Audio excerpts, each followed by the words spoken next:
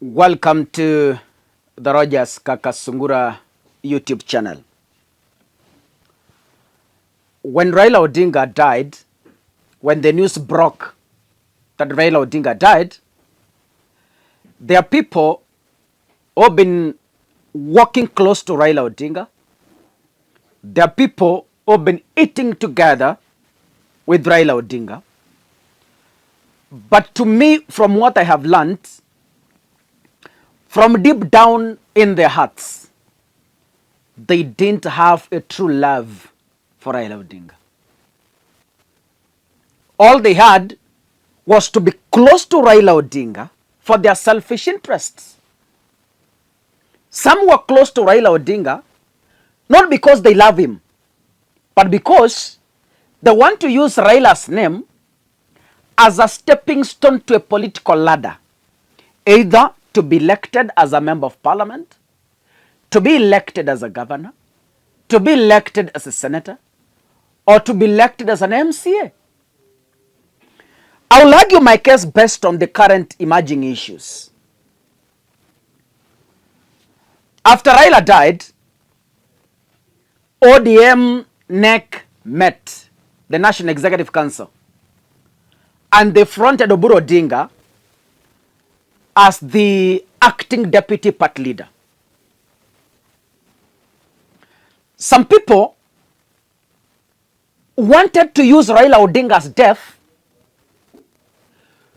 to propel hatred between the Luo community and the Mount Kenya community, specifically the Kikuyus. But I want to warn the people of the Republic of Kenya. Please, as we continue to mourn Raila and as we move forward politically, this message is specifically meant for the Luo brothers and the Kikuyus. Do not allow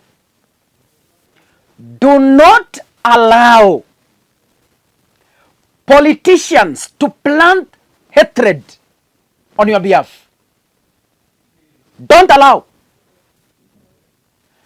Raila was a man of peace. Even when there was political turbulence, Raila decided to remain calm and drive Kenya forward. There are emerging politicians who want to ride on Raila's absentia to propel political rift between the Kikuyu and the Luo nation. Let me give you an example. Some individuals held a press conference in Kisumu, and they unequivocally said, we have officially banned Rigathi Gachagua from visiting Raila's grave. Wakatangaza wazi, wakasema Rigathi asiwahi kanyaga katika kaburi la Raila Odinga. I want to thank Raila Jr., Raila's son. Nataka nimshukuru sana because he has refused to involve himself to the tactics of divisive politics of Gladys Wanga and other selfish politicians from the Luo Nyanza.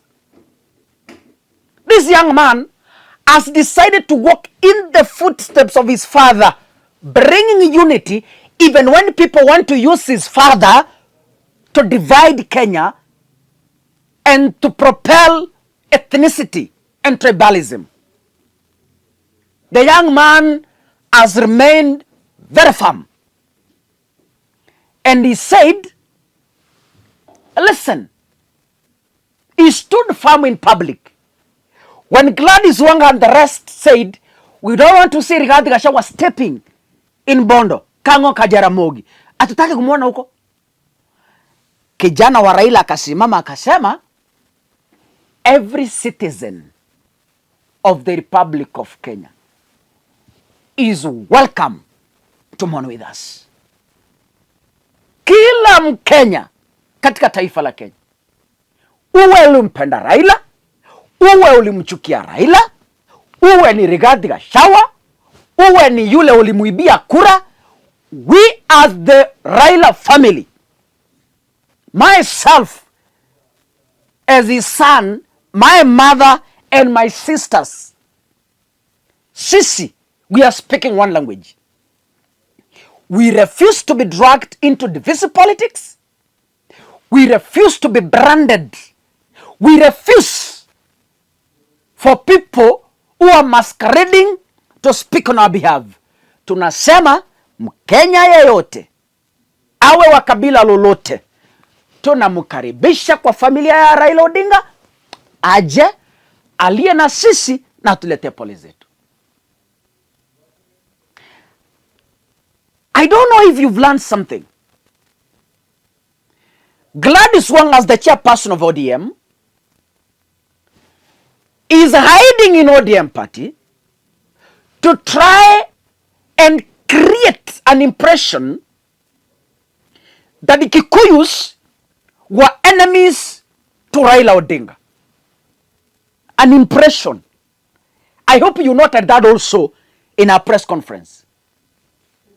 She wanted to propel,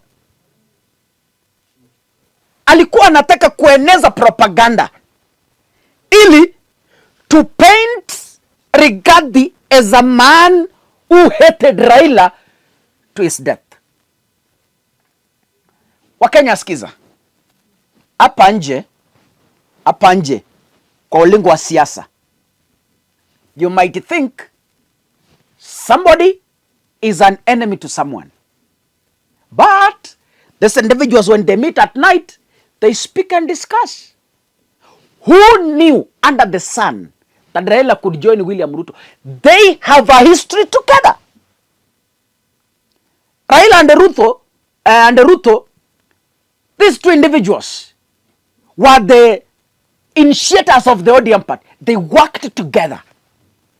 So for those people with just ordinary eyes could see, Ruto is an enemy to Raila Odinga. Political enemies. Because politics has no permanent friends. Politics are no permanent enemies. So Wajaluo wenzangu, Wakikuyu wenzangu, na waomba, musikubali. Tunajua kuna baadhi ya viongozi wa chama cha ODM wamepewa promises na Kasongo kwamba if you guys bring ODM to me, I'll pay back. I'll give a reward, either in appointments, either monetary benefits, as they may have been promised.